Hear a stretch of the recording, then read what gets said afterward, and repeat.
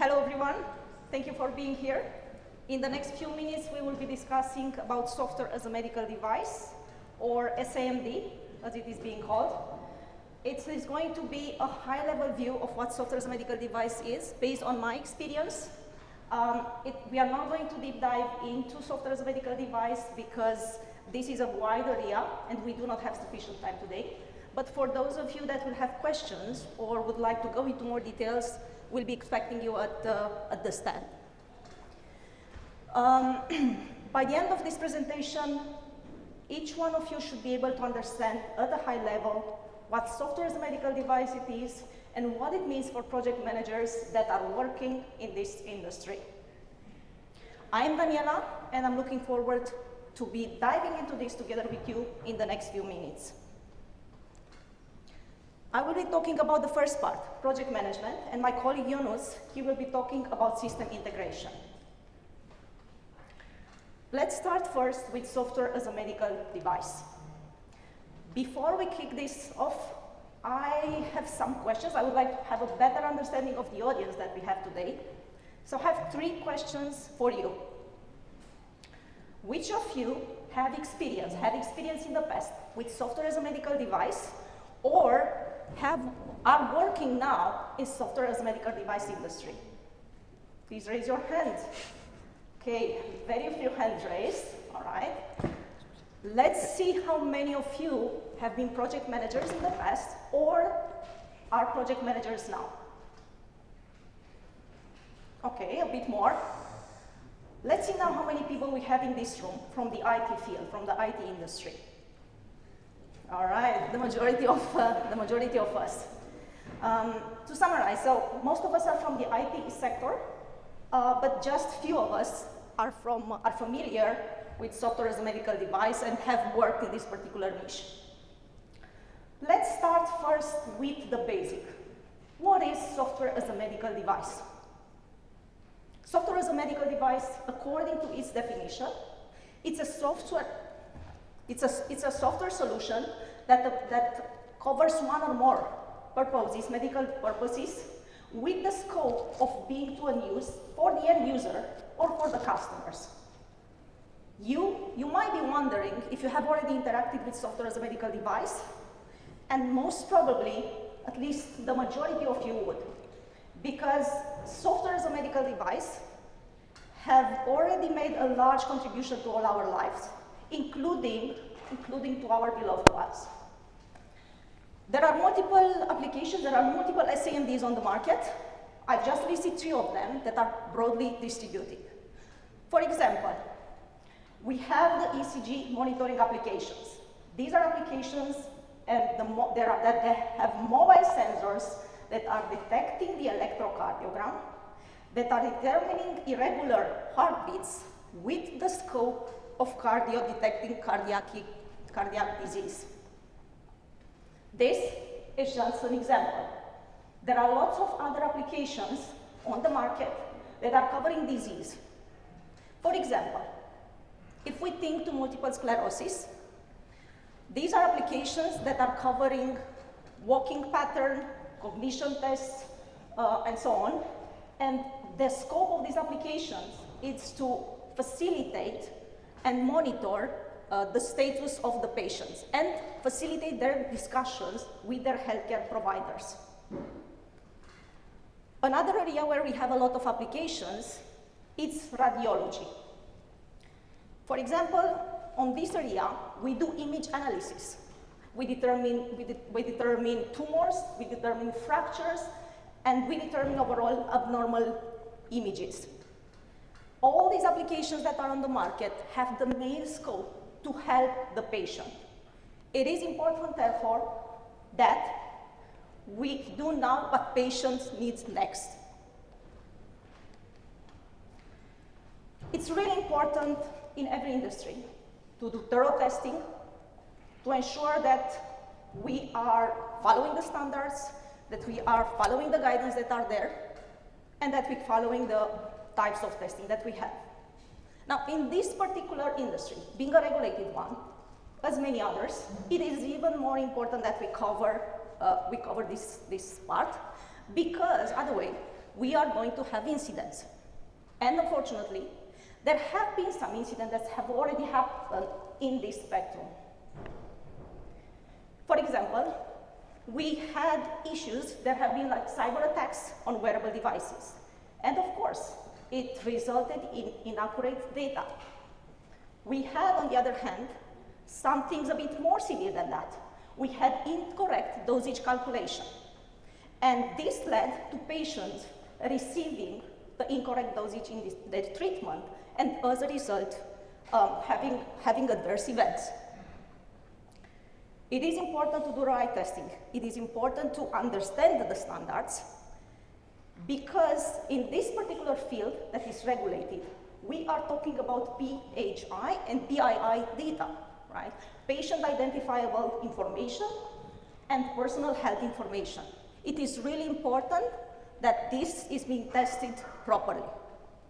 Imagine that I would have a mobile application, a healthcare one, and I would try to do face recognition on my mobile device. And while doing that, instead of accessing my data, I would be accessing my colleagues' health data, Ionut's data. These are incidents that we should avoid. These are incidents that us, as project managers, should make sure that are not going to occur. What is really important to understand, again, this is a basic understanding, it's not going into the specific of software as a medical device, we do not have sufficient time.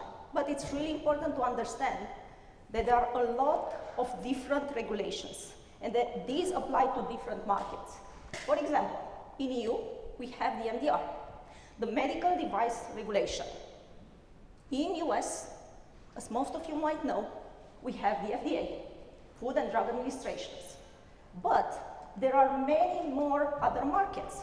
We have, in UK, MHRA. We have a different regulation in Asia. There's something else in Canada.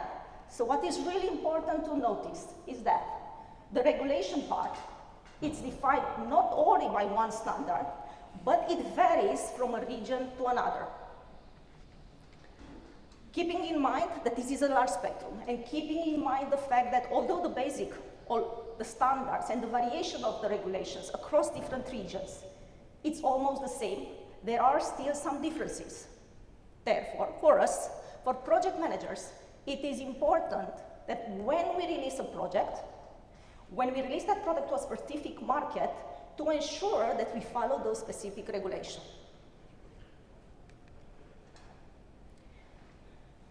As you can see here, I chose EU and US. And the reason I chose only these two markets is for simplicity, and on the other hand as well because these are two of the main largest markets that we have. We are just doing a very high-level comparison for only some key parameters. We can see even from the title that the terminology is different. For example, in EU, we are talking about medical device software. In US, we are talking about software as a medical device. We can deduce from this slide that the title of the current presentation is actually referring to US. Now, related to the definition, related to the classifications, there are some slightly variations, but perhaps what's most important to discuss here as a basic is that there are different list classes. As you can see, we have 4 classes for EU, and we only have 3 classes for US. So for EU, we have Class 1, Class 2A, Class 2B, and Class 3. For US, on the other hand, we have Class 1, 2, and 3. Let's keep in mind for this particular section that we have different classifications. There's certainly EU classification, we have the FDA classification, and there's also the MDRF classification, which is an international classification, but it's not used that widely as its name might tell. I've selected that they selected the EU classification classes, and we will be discussing about that because this is the most complex one. It includes 4 classes in comparison with the US classification. Now, what is important to understand is that that the classes, the number of the class, it increases in the same manner as the risk for the patient increases. Therefore, class 3 is the one that has the highest risk. Class 1, for example, it covers no risk to low risk to poor patients. Class 2A, it covers low risk to moderate risk. 2B, it covers moderate to high risk. And class 3, as I mentioned earlier, it covers the high risk. Now there are, if you can think of, for example, a smartwatch, right? If you think a health application that you have on a smartwatch, it would fit into class 2A. All these classes are monitoring, are covering diagnosis, monitoring, and treatment for different areas. For example, class 2A covers this for non-serious condition. Class 2B covers diagnosis, monitoring, and treatment for serious conditions. And class 3 covers the same, but for critical conditions. Depending on the classes, of course, the regulatory varies. And then the amount of documentation that we need to create and everything, it's expanding as we progress from one class to another. This is in a nutshell, what are the classes for you?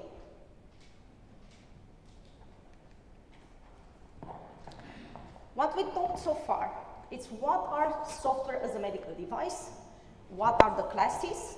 Let's remember there are different markets out there, and depending on the markets, we might have to apply different standards. But overall, the regulations are quite similar in many senses. What we will be talking next is about what does project manager mean? What does it mean to be a project manager for a software as a medical device? For a regulated field, for a regulated project, and in the end for a regulated product or solution that will appear on the market. Let's start first with the basic.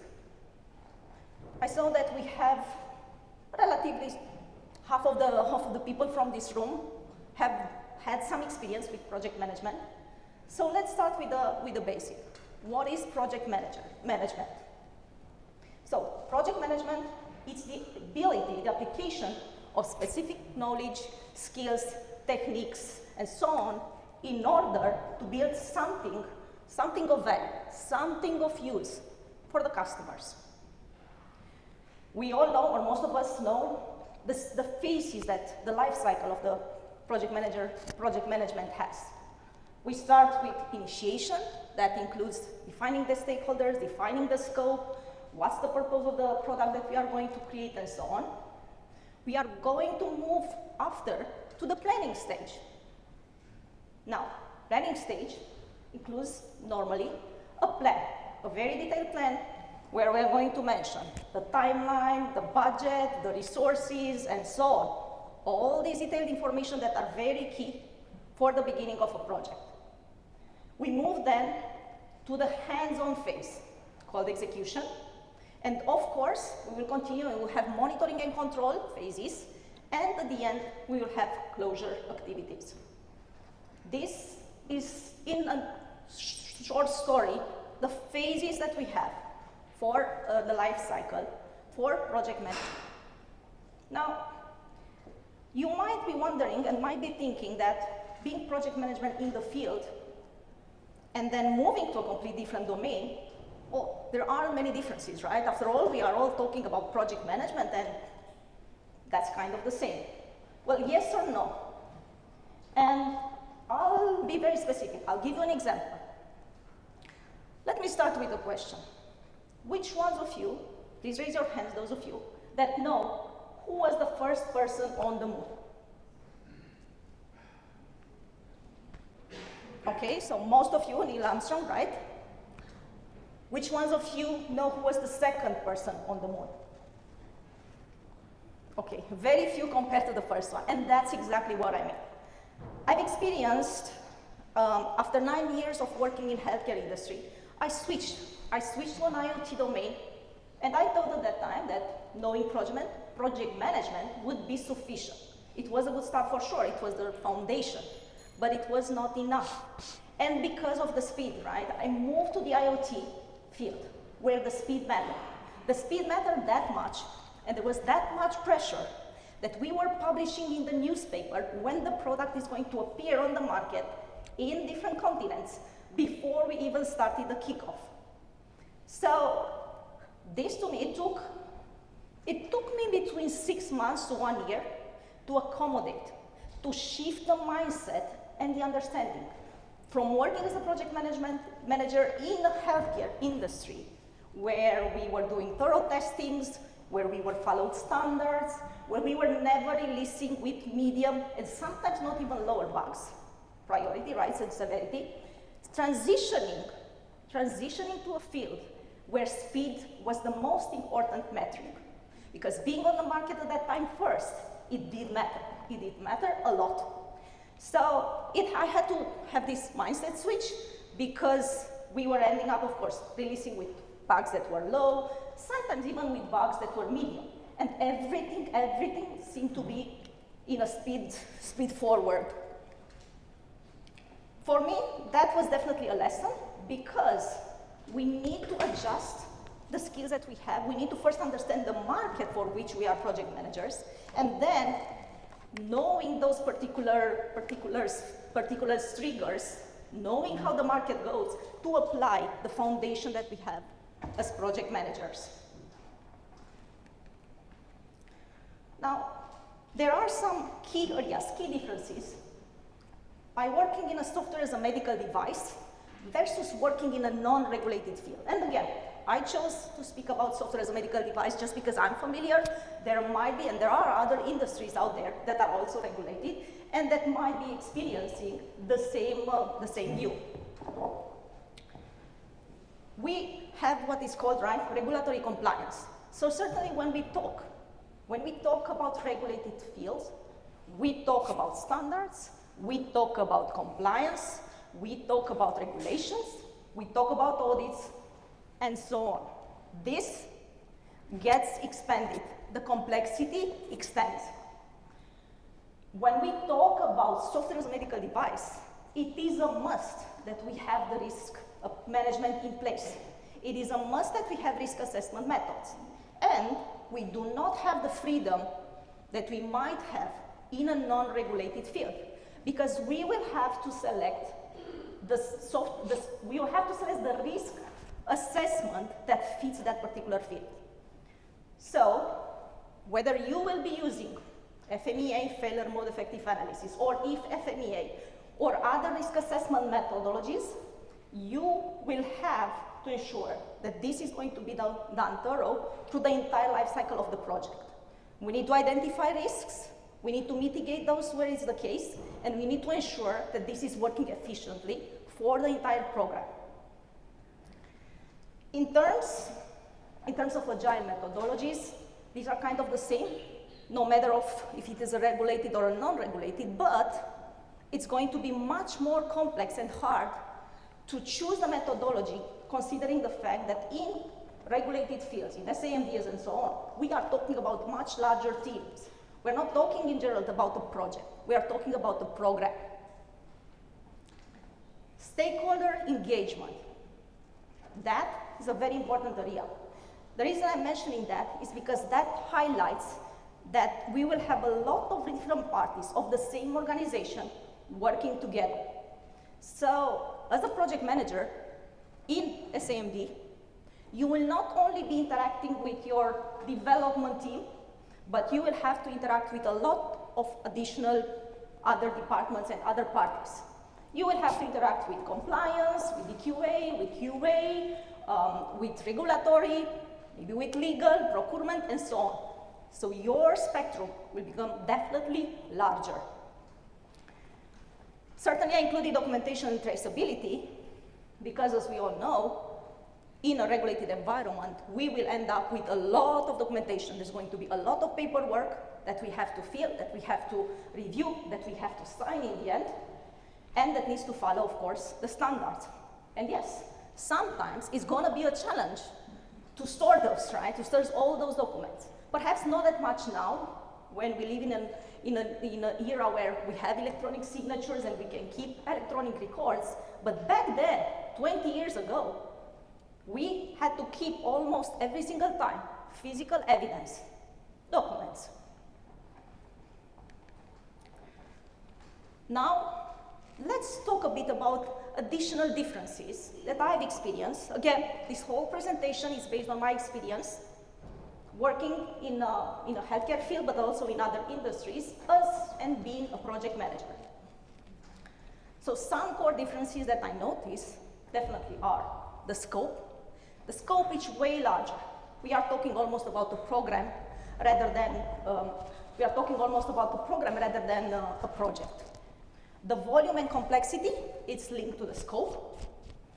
And of course, we already discussed about risk management, but let's not forget the regulation considerations, right? We need to have the standards. Whether you're going to use ISO 13485 or other standards, we need to ensure that we follow those through.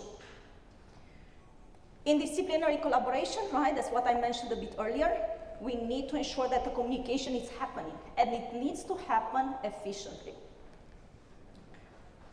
So, of course, there are also some challenges that we had.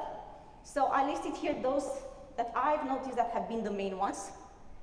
The amount of documentation, as I was saying, lots of documents, and the amount of documentation is going to be directly linked to us releasing revenue. Because it's not just the time to fill those, not just the time to review those, but sometimes some of those documents have to happen sequentially and not in parallel. So we will end up releasing rarely, twice per year, 4 times per year, anyhow not as often as we would in a non-regulated environment. Complexity of the QMS, that's really important. In a regulated field, it is mandatory that we have QMS in place and that the QMS is being created by the entire organization. We will have to keep sometimes physical documents for years. There are still markets where clinical trial documents have to be kept for 30 years. Massive size of the team, definitely, because we are talking about a lot of different parties, lots of signatures, and yes, if we're going to have multiple software versions out there, and we will have to maintain them all, the complexity is going to grow exponentially. And that's applicable in any field. But my suggestions to those of you that work in this field is to ensure that you define a QMS that is helping and supporting your organization.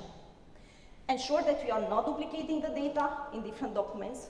Ensure that you are not including redundant data. Ensure that you are building documents that complement each other. Make sure that the tools that we are using are integrated. We should have the backtracking tool, the test case management tool, repository tool, and so on. Ideally, they should all be integrated. We should generate as much as possible of the documents automatic. We should reduce the manual effort for generating documents as much as possible. We should be training our people. We should be making sure that they understand what the standards are, what's the scope of the standards, how do they pass an audit. Ideally, they should even be trained to become internal auditors. And I would like to also mention an example, right? And that's the reason why I said that sometimes the QMS and sometimes the way we develop processes and SOPs in general can work in our favor or against us. I recall a long time ago, at the time when we didn't have electronic signatures, I was a test manager at that time, working again in a healthcare industry. I received the test report, lots of pages, over 20. Printed it, I had to sign it myself, I signed it, and I scanned it and sent it back. I was told that I didn't print it the last page now. The last page, I guess I forgot to print it, or I printed and left it there, was empty. So I assumed it's not needed. I printed it again, just that particular last page, scanned it again, and sent it back. It was not okay. The reason why it wasn't sufficient is because there was a timestamp, the printer's timestamp that appeared there, and the one from the last page was not matching the others. Perhaps this is just an example when things can work in our favor or not. Since then, lots of things were changed. At that time, we did not even have electronic signatures. And I want to thank you for being here. I am Daniela from Accenture, and considering the fact that when a speaker talks, 93% matters the voice and the appearance, right, the body language, I hope that the 7% that were the content also matter. Thank you, and we'll be continuing with my colleague Ionut. Thank you, Daniela. Okay, so I'm Ionut.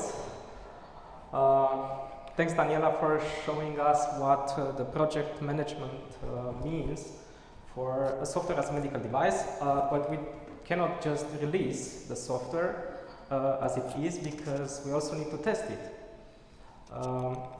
And in the next minutes, I'm going to guide you to the ways that we are testing the software as a medical device. We will not discuss in deep about all the technologies. We won't go to the code and see how we write the automation or the test cases, but we will talk about the processes.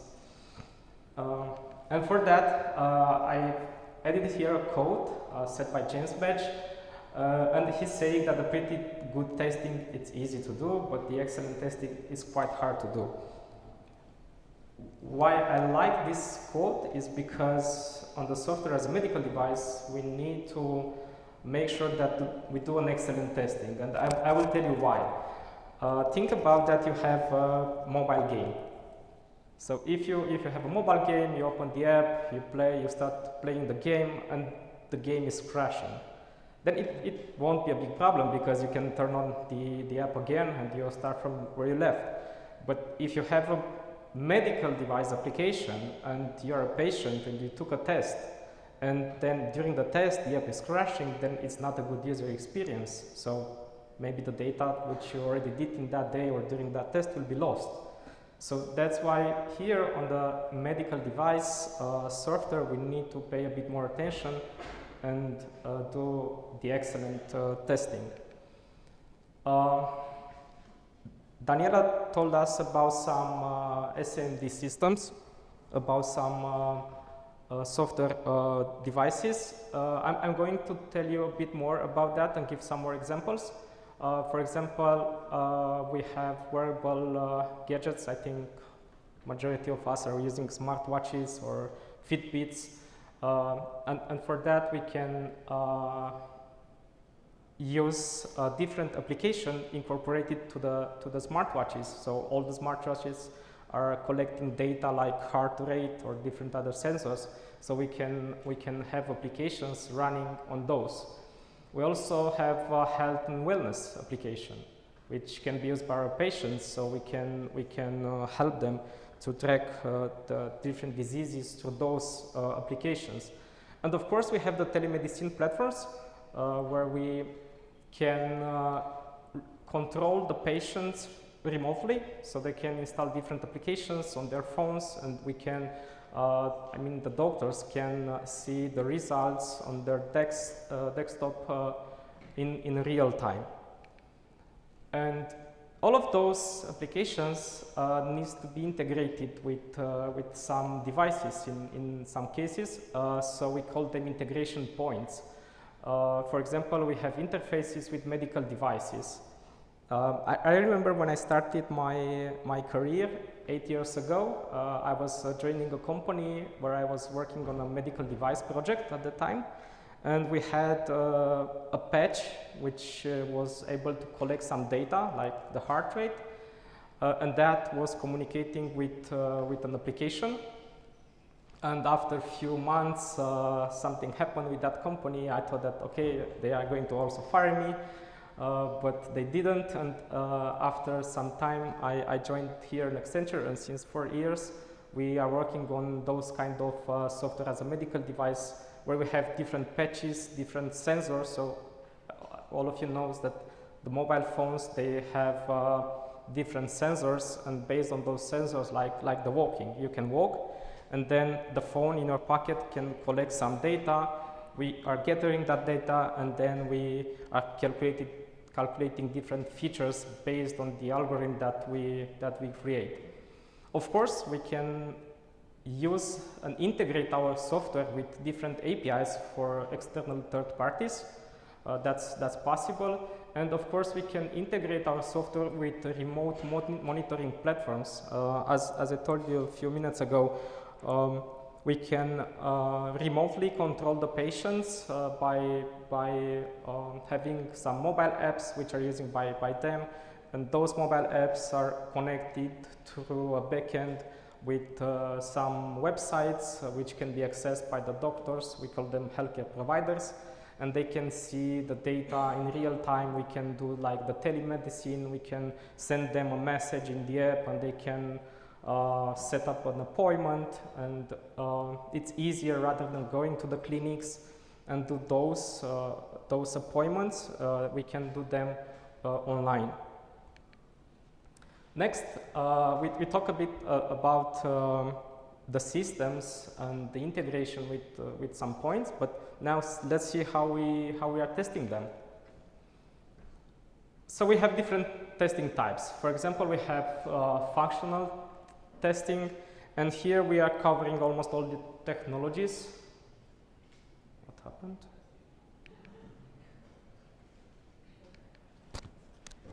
The technologies probably. Yeah, can someone help me? Yeah, sure, I can try. That's probably the wrong button, or can we start it? I think we have to switch. Our colleague. Yeah, he's with us. Yes, there's the sign in. I love it. Yeah, bear with us. Good, You thank can you. continue. Yeah. Thank you. Sure.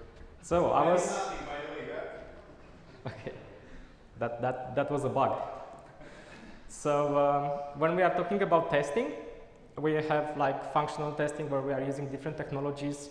We're using Selenium mostly for the web application, incorporated with Java, JUnit, rest assured. We have a large tooling that we can use and set up, and so we do the functional test. We are talking about unit test, we are talking about integration test for the features for our system that we incorporate them in our software as a medical device. And of course, we need to have some regression because we are doing changes, we are using multiple branches, multiple versions of the app, so we need to make sure that we don't broke anything. So the regression is something mandatory which we need to do. And of course, since we are developing patient applications which are used by thousands of people, we need to make sure that the performance of our application is as expected. For that, we need to work on performance testing, injecting a huge amount of users and see how our application are responding to that. That's something mandatory, and we need to do for those SAMDs. And of course, there is another type of testing, which is penetration testing, which again, it's a regulatory compliance because we need to make sure that our applications are secured. And you know, the cyber attacks and things like that can happen. And since we are working with patient data, PII, we need to make sure that those are not broken. And for that, the penetration testing, it's something which is mandatory. And on top of that, all of those testing types, we have the ability to do them with automation testing. As I said, multiple frameworks like native application for Android and iOS, like rest assured for backend, Java with Selenium for web. But we also do the robot testing. We have robots which can simulate different things, like Daniela mentioned about walking. So we have robots which can simulate the walking, and then we are collecting some data. That data is being calculated, and it will return the features. And of course, there is some manual testing which is involved in all of those type of tests, because we cannot automate everything, even if we have the robots. So we still need to have the manual testing. Now we saw which are the testing types that we have. We also have some phases. We are talking about feature testing. So we are working in Agile, right? We have sprints, or we can work in Kanban. but at the end, when we are feature complete and during the sprints, during the implementation phase, we need to make sure that we are testing the features. And how we are testing them? We are testing them with different types, like I mentioned in the previous slide. And once we are confident that all the features are being tested and also the integration between them is being tested, we have good results, then we can start a dry run. So a dry run is a terminology in the healthcare industry, which is basically a rehearsal of the formal verification. So basically, on the previous bullet, we were using different environments. We do the testing on development environment where we have the code written. Then we have an integration environment, for example, where we match and gather all the features together and we make sure that we didn't broke anything. And then we start a dry run, which, as I mentioned, is like a rehearsal, and that will be executed on an environment which is similar to the production one. We have a copy similar with the production, and we do this level of testing there. And after that, of course, we start the official round of testing, which is called verification. This is again specific to the healthcare industry. And here again, it's very similar with the dry run, but here we are testing that our software meets the requirements. After our software meets the requirements, of course, we can have bugs. Bugs can be fixed depending on the priority. And after we finish with fixing everything which was needed to be fixed, then we can go to the next section, which is the validation. And here the main difference between validation and verification is that now we are not testing that the software meets the requirement, we are testing that the software meets the user needs. And finally, after we do the validation, we are reaching to the deployment stage, or of course we can deploy our application to the production environment. So if we have a mobile application, then after we will do the deployment, the user will be able to see the newest version of the app in the Play Store. And of course, we are not deploying it just directly.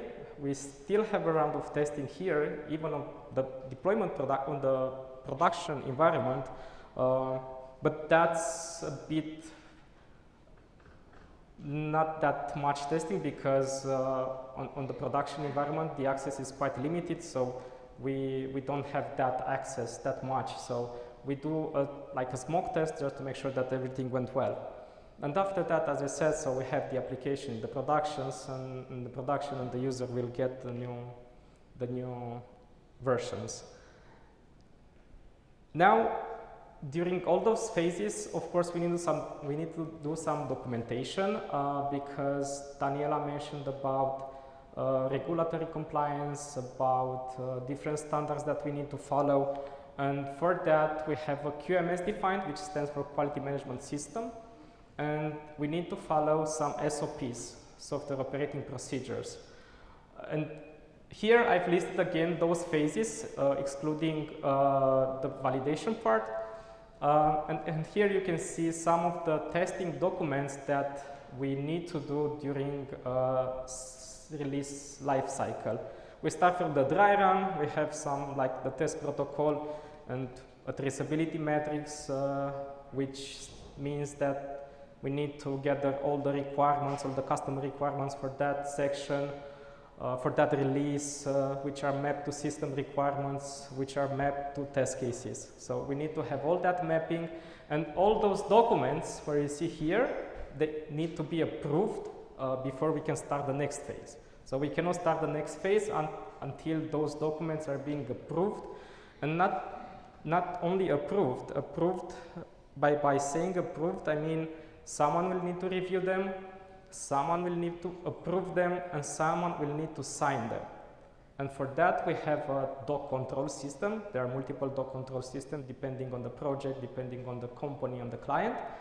but in that doc control system, we keep tracking all the documents because in the end, we can have audits, and we have audits because being a software as a medical device, we have some compliance that we need to meet, and for that, there are at least two types of audits. One can be an unannounced audit, so we can go to the office today and someone can come in the office saying, hey, I'm an auditor, show me your documentation for the release that you currently have in production.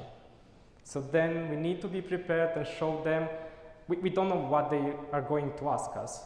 That's why we need to always be prepared and show them everything which they are requesting to us. And then there is an audit, an announced audit for, again, kind of the same story. We know that, okay, the audit will be on 11th of April, but we don't know what document the auditor can request. So that he can request each of those documents. That's why it's important for us to pay attention. When we create those documents, there are multiple people involved, from quality management, from DQA, which will review those documents. That's why here you will see some timing, like days and even weeks for the verification, which is the most important phase, because after we finish with the verification, if we will find the bug here, it will be crazy. We will need to step back, go back, and do almost the entire processes again. If the bug or the defect will need to be fixed, we need to test it again, do a dry run, a verification, a validation, and again deployment. So that will cost money. That's why during the verification, we need to pay more attention and be more carefully with what we do. With that said, here in Accenture, we are talking about digitalization. So we are living in a digital area where the software as a medical device plays a significant role in the field of digital health. Because we can say that here we are working at an intersection where the code meets care. And with that, I'm done for today. If you want to see, or if you want to find more about what we are doing in the healthcare industry, we have a stand outside, and we are waiting for you to give you more details or more examples. Thank you.